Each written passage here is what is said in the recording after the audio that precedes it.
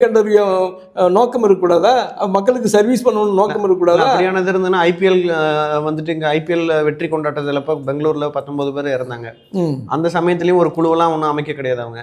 அப்போ இங்கே மட்டும் அமைக்கிறாங்கன்னா தேர்தல் வருதுங்கிறதுக்கு தான் காரணமாக இருக்குங்களா? நீங்கள் திரும்ப திரும்ப இந்த ஒரு சம்பவத்தை வந்து இந்திய அளவில் நடக்கிற ஒவ்வொரு சம்பவத்தையும் காட்டி காட்டி இதை நீத்து போக வச்சிடாதீங்க. இது நீர்பூத்த நெருப்பாக இருக்குது. என்னைக்கு இருந்தாலும் அந்த மக்கள் மத்தியில் இருக்கிற கோபம் வெளிப்படும்.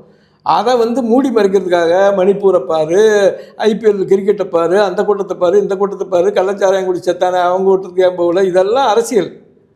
இதெல்லாம் விட்டுட்டு இந்த பிரச்சனைக்கு தீர்வு என்னன்னு முதல்ல அதை பேச கற்றுக்குங்க. அதுதான், மற்றதெல்லாம் அப்புறம். இதுக்கு என்ன காரணம்?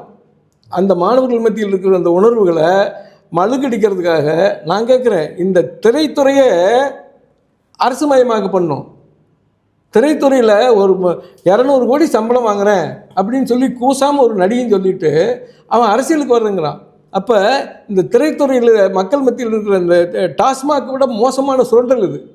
இளைஞர்களுடைய பணத்தை மோசமாக சுரண்டிக்கிட்டு இருக்கிற ஒரு பெரிய கொடுமையான இந்த திரைத்துறை.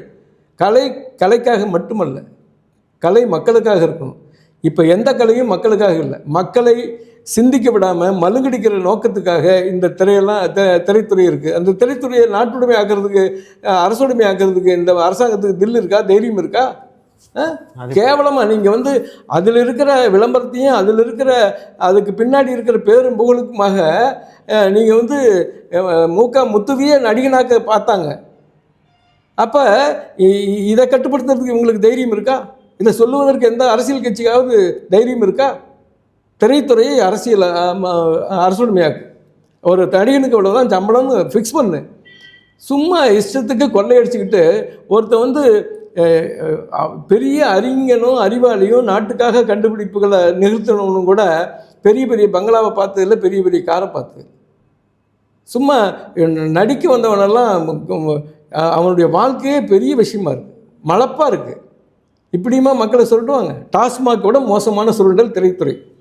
அதை தடுப்பதற்கு எந்த அரசுக்காவது முதுகெலும்பு இருக்கா? தற்குறிகள், அறிவியலிகள், இளைஞர்களை பார்த்து விவேகானந்தர் வந்து எனக்கு புத்திசாலித்தனமான அறிவுள்ளவனா வீரமுள்ளவனா ஒரு 100 பேர்த்து கொடுங்கன்னா சொன்னார். 100 இளைஞர்களை கொடுக்கணும்னு சொன்னார். அதுக்கு மேலே அவர் என்ன பண்ணுறதுன்னு அவருக்கு தெரியும். உங்களுக்கு அறிவு இருக்கா? இதே எம்ஜிஆர், புரட்சித் தலைவர் எம்ஜிஆர் பின்னாடி விசிலடிச்சாங்குஞ்சிகள்னு சொன்னவனுங்க தான் இவங்க. அவரோட போய் மறுபடியும் அவர் தலைவர் சரியா இருந்தாரு, அதனால வந்துட்டு மக்களுக்கு நல்லது நடந்தது. தலைவர் சரியா இல்லைங்க, தலைவர் சரியா சொல்றோம் இல்லைங்க. தலைவர் சரியா இருந்ததுன்னா சரியா இருக்காரு அப்படிங்கிறதுக்கு என்ன அளவுகள்?